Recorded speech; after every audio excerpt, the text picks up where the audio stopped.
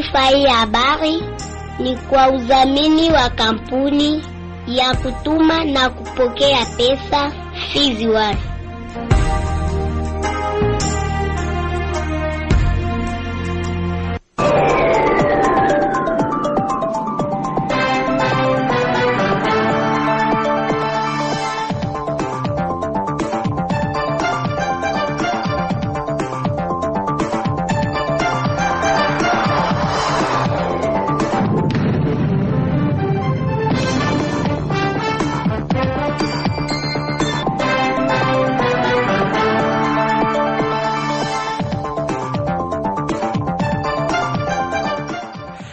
Matumaini yangu makubwa kuwa uko mzima wa afya, mpenzi msikilizaji wa Radio Kivu popote pale ambako unaendelea kutusikiliza, na ukaribisha kuweza kusikiliza uchambuzi wetu wa habari ambao unakupikwa na ukurasa wa habari muhimu leo hii. Uchambuzi wa habari toka waandishi wetu mbalimbali, makala ya michezo na burudani pamoja na habari za kitaifa na zile za kimataifa. Msomaji wako wa siku ni Omari Makelele Ozile, upande wa pili na Sarione kijana Isaac Mulucha Ashbe. Nasema karibu na tuambatane kwa pamoja mwanzo hadi tamati.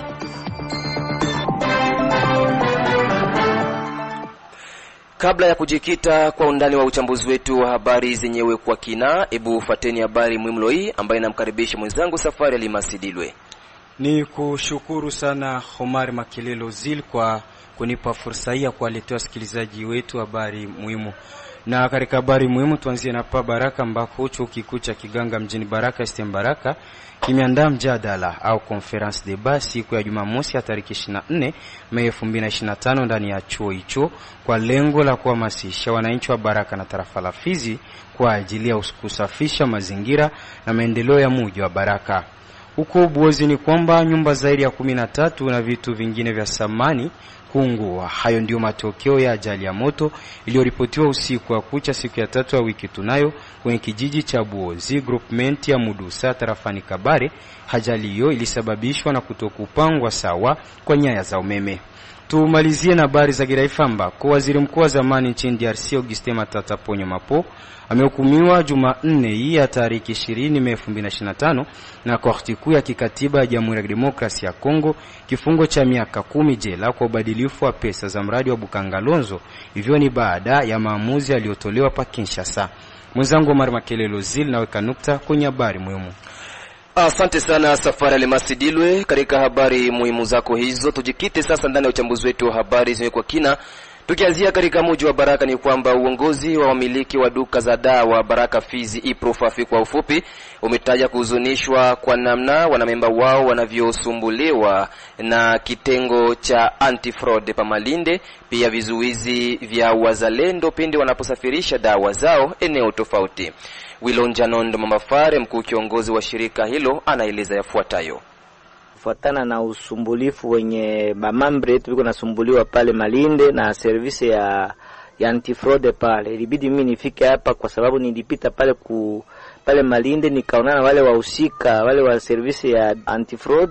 Kufuatana na kusumbua yuko nasumbua makolizi kipenda kupita panaanza lomba mafaktire, kama mafaktira iko batapenda baanzi bomola zile makoli. Ndio nikajikaza nikafika pale kwenda waona. Kwenye kizoezi ya pale Malinde kulikuwa probleme. Heureusement batu walikuwa na kwa stope pale na kulomba pesa, makuliza dawa zikipita pale kwenda Fizi, kwenda Mukera, kwenda Misisi na kadhalika territory mzima ya Fizi. Kanibidi mimi peke nifike pale, nikafika pale nikaona na ile service husika ya anti-fraud, tukakamata compromis moja na hapo. Ndio après konele trakaseri naendelea pale kwa kubomola makizingizio ya kutafuta pesa, kusema kama hauna faktire tutabomola zile makoli. Ndio nikabaonesha role yao ni role ya kabambi. Anti-fraud ni kutafuta vitu ya fraud. Na wakati mtu anakuwa anakia na kolia dawa, sasa ile bamambre yetu tuko na mafarmasi group yetu unatumaka madawa Misisi, unatuma batu kubordi lake, unatuma madawa kule Marute Mwenga, kutoka Uvira banakuya huku. Kama mtu anakuwa na kolia yake, anti-fraud iko na pale kumuuliza tu faktire, akishaonesha ile faktire yake, haache ile muzigo ipite sans probleme kuanza makobola eneo yetu tunajeri kuanza makobola mpaka Nyange na mpaka Maimoto. Upande mwingine Wilonja Nondo Mambafara ameomba kwa uongozi wa vikosi vya wazalendo kuingilia kati swala hilo kutokana na usumbufu ambao wanamemba wao wanapitia kwenye vizuizi mbalimbali. Tumsikilize mara tena. Antuka ile vraiment ni casse-tête yenye natusonga sana, surtout mu secteur yetu ya mafarmasi. Kama mizigo inakuya, panaacha dawa. Dawa inakuwa na heshima yake.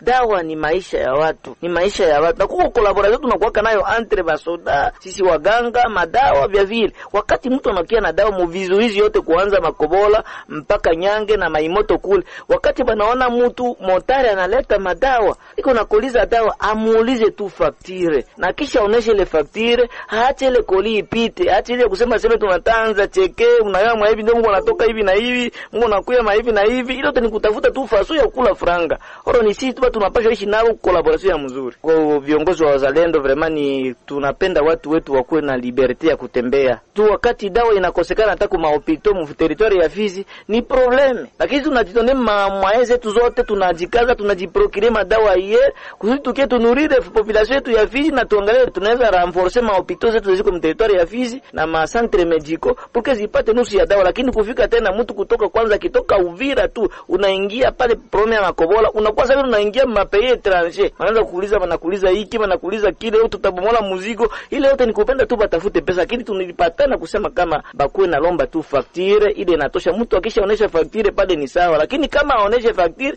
biko na mimi mwaya kuangalia kweli inaweza kuwa vitu yenye kwa inakia mje yenye kwa mzuri. Kama mtu aonesha facture yake na iko wazalendo iko wa FARDC iko la polisi iko police judiciaire iko nini iko antifraude baachi wale watu bapite librement sans problème hata mo. Ni mzuri.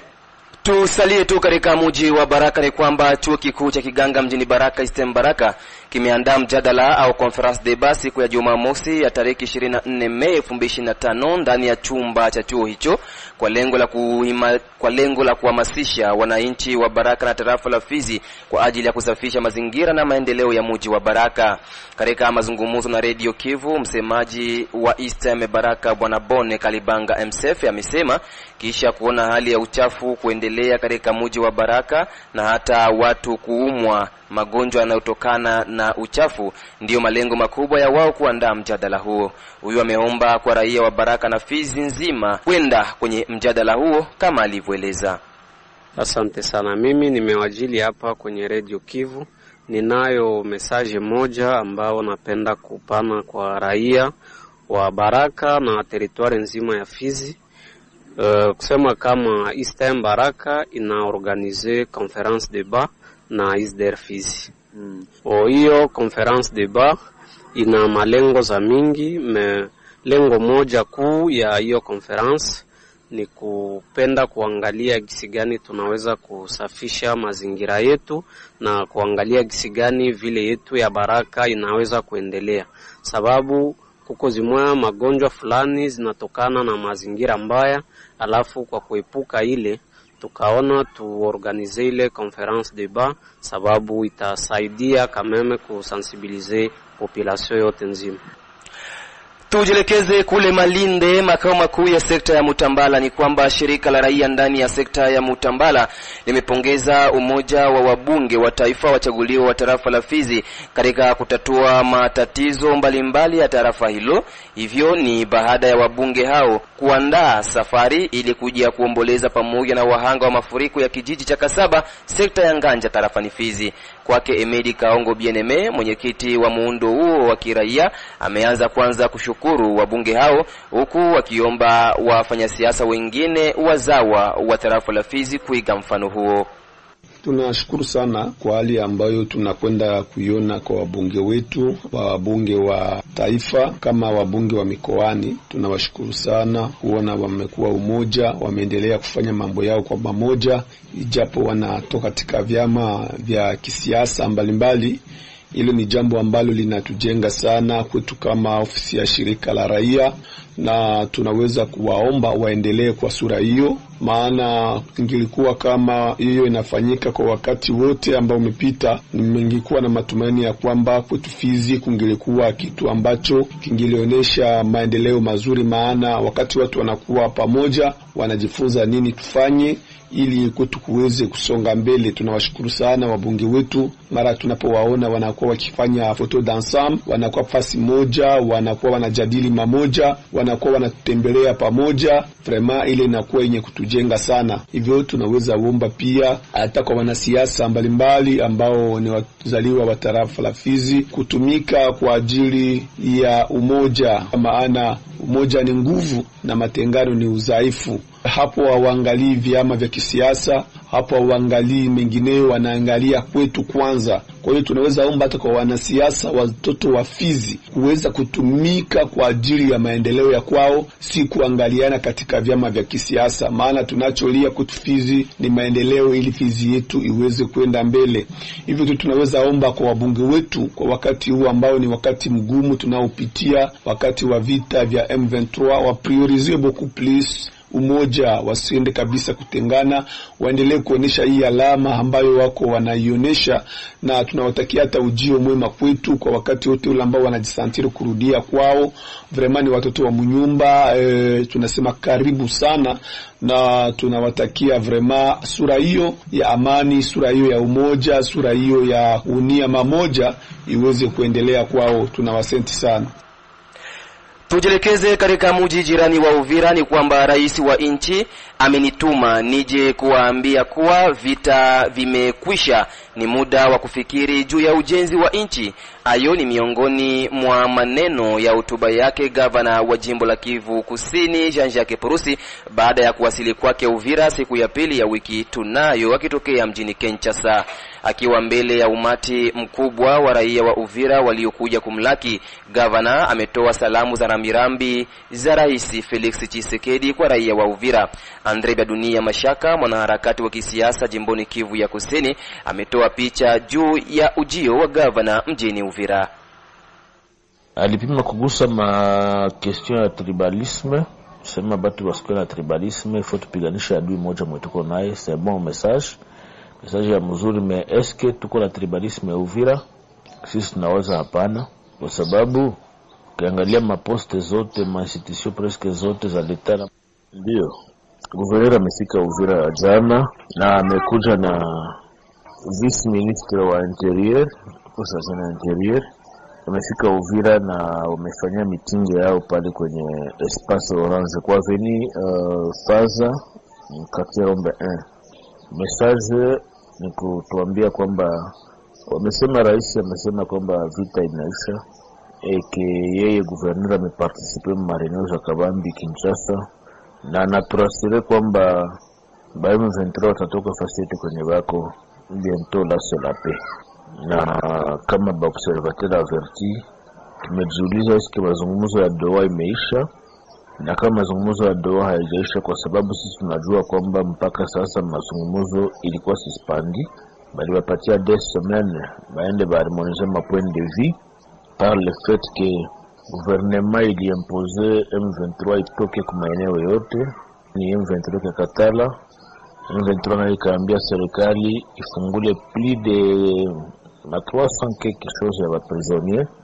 Serikali na Katala bon mediateur kabambia murudie kwanza, 2 semaines après tena warudie kwenye meza ya mazungumzo.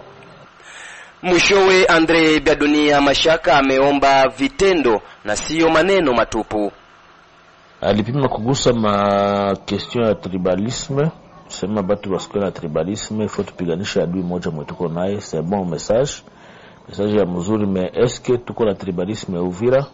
Sisi tunawaza hapana, kwa sababu ukiangalia maposte zote, ma institution presque zote za leta na ma privé ziko hapa, zote zinashikiliwa na benye habako ba territoire ya Uvira. Mais ce sont des Congolais. Uvira tulisha dépasser des cultures ya kusema mpaka mtoto tu wa Uvira. Hapana, mtoto wa Uvira ni kila Congolais. L'essentiel c'est que kichwa yake ifaidishe Uvira, ilete intérêt kubwa kwa Uvira. Mlikuwa promesa za mingi, na ministre vice ministre wa interior atafika Fizi, atafika Kasaba kuja kupima kuona benzetu walipata na shida hapo ya maji, atafika kuja kuwapatia pole, na akatuambia yeye gouverneur kwamba wamtafutie nyumba ataishi hapa Uvira, atabaki Uvira, atakuwa na ikala na si hapa. Mais ce qui est curieux, hoteli ziko hapa Uvira, mejana alirudia tena Bujumbura kulala Bujumbura. Na ile metutike hatukupenda ile. Donc discours zote zilikuwa ni ma promesse. Basi kunajua kama Uvira na Fizi na rest ya province yenye ingali mikono ya serikali na traverse ma probleme mingi. Na amefanya 3 mois haiko hapa. Na kwetu ilikuwa ni espoir ke vile ameenda, tunasubiri kabisa kwamba atarudi na message d'espoir. Adui angali Katogota parce qu'il faut kuambia watu ke Katogota na kwa mikono ya M23. Oro Katogota ndo premier village, ndo kijiji cha kwanza kutoka mteritori ya Walungu, kitoka tu kama ngelo naingia Katogota kufikiri kilalo, yani pale nakuwa Uvira. Alors njoo habari ile. Hatujui kama kuna kuwa tumaini, tunasubiri tuone, lakini tunazoea viongozi wetu kwamba mapromesi yanakuwa mingi na vitendo vinakuwa vichache. Tujelekeze kule katika tarafa la Kabare ni kwamba nyumba zaidi ya 13 na vitu vingine vya samani kuungua. Hayo ndio matokeo ya ajali ya moto iliyoripotiwa usiku wa kucha siku ya 3 ya wiki tunayo kwenye kijiji cha Buhozi groupment ya Mudusa tarafani Kabare jimboni Kivu ya Kusini. Ajali hiyo imesababishwa na kutokupangwa sawa kwa nyaya za umeme. Kiongozi wa shirika la raia Fox Vive ndani ya groupement ya Mudusa Bwana François Mubalala ametoa pole kwa wahanga wa vitendo hivyo, huku akiomba kwa watu wa moyo mwema kuwajia na misaada wahanga wa ajali hiyo ya moto. Tumsikilize. Nyumba 13 zililungula na bitu ya samani kubwa kutegetea ndani ya moto yenye ilitokea ndani ya village ya Buhozi mugroupement ya Mudusa mu territoire ya Kabare. Ilikuwa usiku wa jana tarehe 12 kulamuka tarehe 21 pa saa 2:30 ya asubuhi ama 2h25 minutes. Sisi shirika la raia tawi ya Mudusa tunapana mkono wa pole kwa jamaa zilipatwa na hiyo shida, na tunaomba watu wenye moyo mwema kujia kimsaada familia hizo. Kwa ukumbusho wa kuyapita mwezi moja munamo su village ya Kabungo mu groupement toujours ya Mudusa nyumba zingine 9 ziliteketea. Ndio maana tunaomba wakaaji wakuwe makini, kwani tunakaribia kuingia musezo sesh. Na kwa wale wapendelevu wa habari za michezo, hivi sasa nampisha mwenzangu Sudi Volante ambaye namba 7 yake na pepea barabara mgongoni. Asante sana kabisa mwenzangu Omar Makelele Uzile. Leo kuna kwa habari za michezo ni kwamba michuano ya ligi ya nyumbani kwa vijana wa Sudi cha umri wa 17 hapo Mwandiga iliweza kutimua vumbi kuna uwanja wa Oni katika manispa ya Katanga hapa katika mji wa Baraka, ambako mechi mbili ziliweza kushuhudiwa siku ya 3 ya wiki tunayo tarehe 21 Mei mwaka 2025. Majira ya saa 8:30 klabu ya Tujen walifanikiwa kuwatandika AS Kalinga maboma 4-3 kunako mikojo ya Manati, hivyo ni kisha dakika 90 kutamatika kwa sare ya tasa. Na mechi ya saa 9 Moma Sport waliweza kuibuka na ushindi wa 3-0 zidi ya klabu ya Nouvelle Generation. Siku ya 4 ya wiki tunayo mechi moja inatarajiwa kupigwa kunako uwanja tu wa Oni hapo Mwandiga, ambako klabu ya DAMDG wataweza kukaribisha vijana wa FC Fimbo. Tukiwa tu katika mji wa Baraka ni kwamba kikao cha kawaida kinaandaliwa kufanyika siku ya Jumamosi ya tarehe 24 Mei mwaka 2025, ambako viongozi mbalimbali wanaohusika na soka wa makata mbalimbali za mji wa Baraka wanahitajika kuhudhuria kunako kikao hicho ambacho kitafanyika kunako chumba cha mikutano cha Jeunesse mjini Baraka. Nini sababu ya kikao hicho? Bwana De Gaulle Malembe, kiongozi wa vijana ndani ya mji wa Baraka, anaeleza mengi. Ndio ndugu mtangazaji, tuko na vikao vingi sana na vitengo tofauti vya vijana. Tunafikiria tukutane na makomite zote za maekipe za soka za makata za jiji letu la Baraka na siku ya 6 au soit samedi na 14h. Tuliona kulikuwa competition yenye ilifanyika hapa, na ile competition lakini pesa zilikuwa kidogo sana. Gundua ya kwamba vijana wa Baraka wanahitaji kuwa encadre katika mambo ya soka, na niko na partenaires mingi deja wako disponible pour que ba encadrer talent za jeunesse si tu bachezaji ya kabumbu bajiji letu la Baraka, na hivyo niko tena partenaire mwenye iko na ameshaweka vitita chini, na ndio hivyo ningetamani tukutanane na komite zote za maklub za vile tu Baraka, kwanza Katanga mpaka Kandali. Ndaomba kila komite ya kila kata kuwe watu wawili, president soit vice president na secrétaire, pour que tukale chini tuongee na tuorganize komite organisateur, parce que itakuwa conseil de jeunesse ya vile Baraka ndio inaorganize en partenariat na wafadhili wake, na tupangilie na tuone gisi tutafanya sasa competition ya mzuri, parce que omwe tutatia makuta ya mzuri yenye vijana watafaa wakipata kupe na wanasikia omwe kulikuwa omwe kitu inafanana saa vile kupe yenye watagombania. Kisha kuachana na habari hizo za katika mji wa Baraka, msikizaji, tumalizie ukurasa wetu wa habari za michezo na uko Bware. Ni kwamba mechi moja inatarajiwa kupigwa siku ya Jumapili kunako Kisanga cha Ubwari maeneo ya uko Kireza, ambako klabu ya Tepe Makwa ya Mwandiga wataweza kupambana vikali dhidi ya klabu ya Kireza Sport. Naweka nukta kunako ukurasa wa habari za michezo mwenzangu Mare Makelele Uzile. Asante sana Sudi Valente kwa habari za michezo. Msikilizaji, endapo unakuja kujiunga nasi, unaendelea kusikiliza uchambuzi wa habari za Radio Kivu katika mji wa Baraka kupitia masafa ya FM kunako mita 93.0. Kampuni Fizon Baraka, Mboko na Misisi ni rahisi kutuma na kupokea pesa cash pote ulimwenguni bila usumbufu. Hivi sasa tuangazie uchambuzi wa habari na habari za wanaripota wetu kutoka sehemu mbalimbali. Tuanzie kule Kindu, mji mkuu wa jimbo la Manyema. Ni kwamba mainspekta wa kielimu jimboni Manyema wametishia kuanzisha mgomo mnamo siku za usoni endapo serikali ya nchi ya Jamhuri ya Kidemokrasia ya Kongo itashindwa kutimiza makubaliano ya Bibwa. Ripoti kamili naye mwenzetu wa huko Kindu Godefra Musunga Shabani.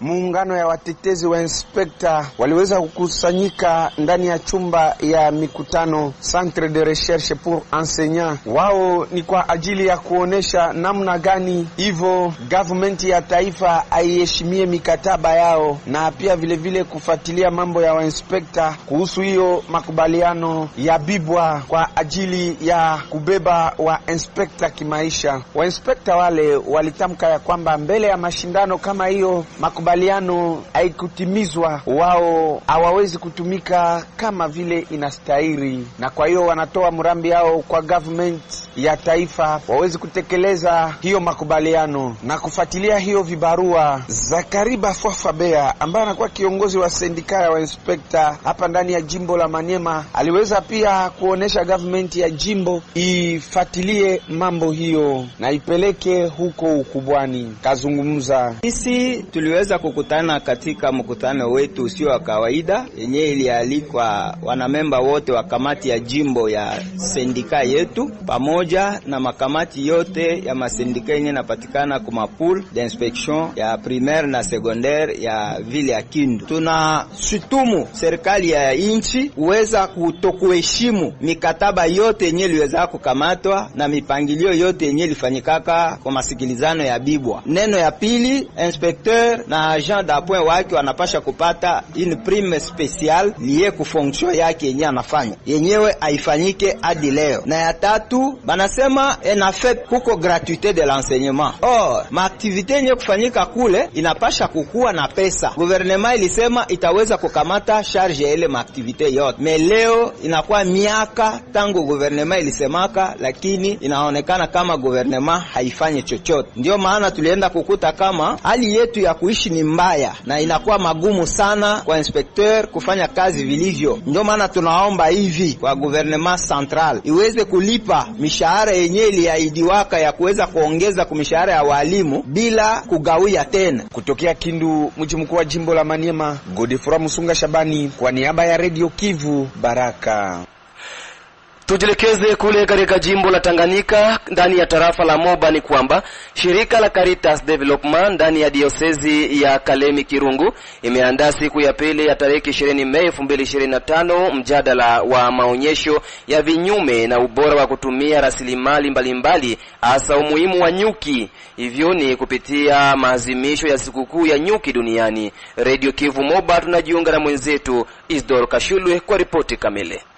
Mei 20 ni siku ya nyuki duniani. Ni kwa mara ya kwanza ambapo siku ya nyuki duniani imejadiliwa ndani ya tarafa ya Moba katika kikao kilichoitishwa na Caritas Maendeleo Dayosisi Kalemi Kirungu. Namna kuadhimisha siku ya nyuki duniani pamoja na athasha shirika la umma katika mradi wake Rekipta. Mjadala umejikita hasa maonyesho ya vitu vibaya na ubora wa matumizi wa rasilimali, uhamasishaji juu ya umuhimu wa nyuki.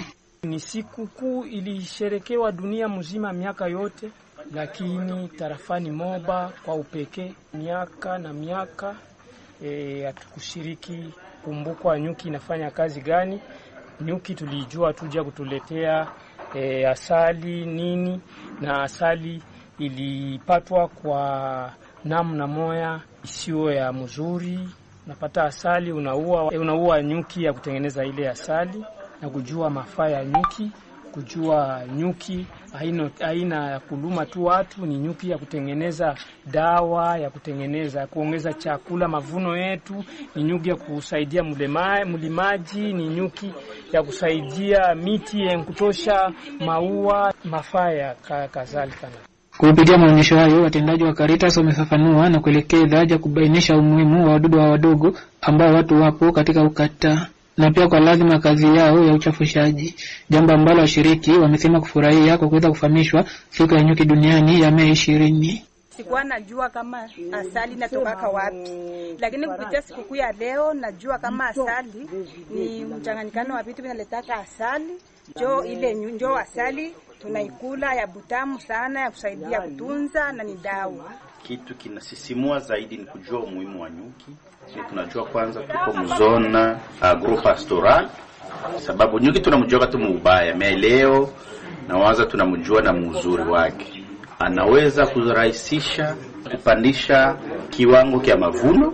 Katika maneno yake, kiongozi wa idara maendeleo ya diwani mgeni Abasi ameataka asasi ya shirika la umma kuzingatia siku ya nyuki duniani, kuona jukumu muhimu ambayo nyuki inafanya na mengine wachafushaji katika mfumo wa chakula na afya ya mfumo wa ekolojia. Nyuki ni wadudu wanaotenda jukumu kubwa katika ukuzaji wa bioanuwai, na ni viumbe wanaoishi ambao wanarahisisha uchafushaji wa mimea nyingi inayotoa matunda kwa 90%. Ni kwa sasa shirika la umma iliyopo Chumbani kufanya uhamasishaji mkubwa kwa ajili ya ukingo wa nyuki, kwani ni wadudu wa lazima kwa maisha ya watu. Siku hiyo imejadiliwa kwa namna kuadhimisha chini ya tumbo tukusanya mawazo asili, mama yetu mlishaji, kwa mwangaza jukumu muhimu ambalo nyuki wanatenda na mengine wachafushaji katika mfumo wa chakula na afya ya mfumo wa ekolojia yetu. Nikiripoti kutoka Moba Giduru Kashule, Radio Kivu. Tumalizie uchambuzi wetu wa habari na habari za kitaifa kule Kinshasa, mji mkuu wa Jamhuri ya Kidemokrasia ya Kongo. Ni kwamba waziri mkuu wa zamani nchini DRC Augustin Matata Mponyo Mapo amehukumiwa miaka 10 jela na korti kuu ya kikatiba ya DRC kwa kosa la ubadilifu wa pesa za mradi wa Bukangalozo. Kwa jambo hilo, magazeti ya huko Kinshasa yameongelea kwa undani zaidi kuhusu hukumu hiyo. Mengi zaidi, Safari Alimasi Dilwe ndani ya studio. Naam.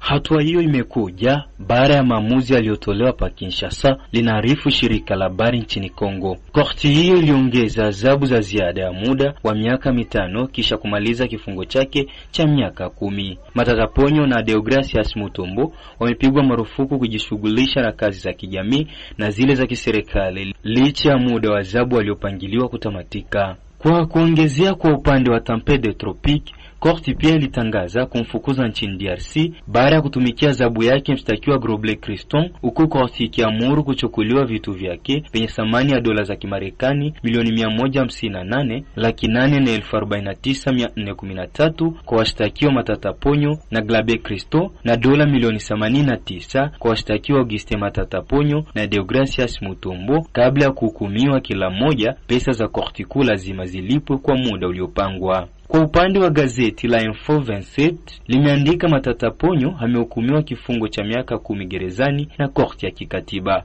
Gazeti la Le Quotidien upande wake limeandika kamwe haijawahi kutokea mkuu wa zamani wa serikali kuhukumiwa kwa vitendo vilivyofanywa wakati wa uwajibikaji wa kazi zake akiwa na wazifa huo. Katika hali ambayo imezidiwa na utamaduni wa kutokujali, uamuzi huu unakuwa mfano kwa wengine, ishara ya wazi kwamba hakuna kitu kirakachokuwa kama hapo awali. Korti ya kikatiba sasa inapingana na unyanyasaji wa madaraka, lilitimisha gazeti la Tabloid.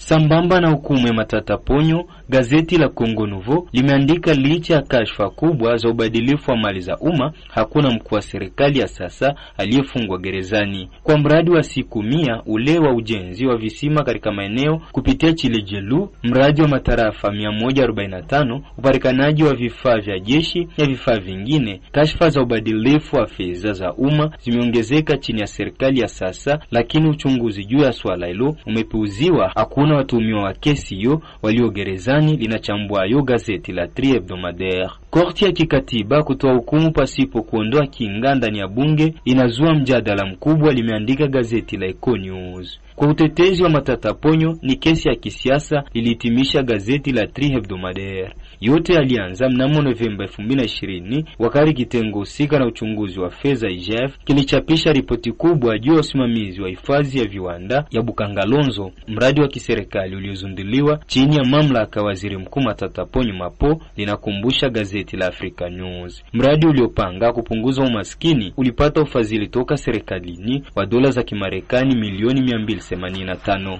Nyayo tu kama habari za kitaifa kwa siku ya leo. Ni kupitia habari hizo za kitaifa ndipo natamatisha uchambuzi wetu wa habari za siku ya leo, na kushukuru msikilizaji ambaye uliweza kunitegea sikio mwanzo hadi tamati. Vile vile sitakosa kushukuru jopo nzima waandishi habari Radio Kivu waliosaidia kuziandaa, akiwemo mchumbe wa mkulima na Fatuma. Mimi ni Omari Makelele Ozile. Isaac Mulucha Ashibe alikuwa kunako dawati la mitambo. Nasema asante na kwaheri.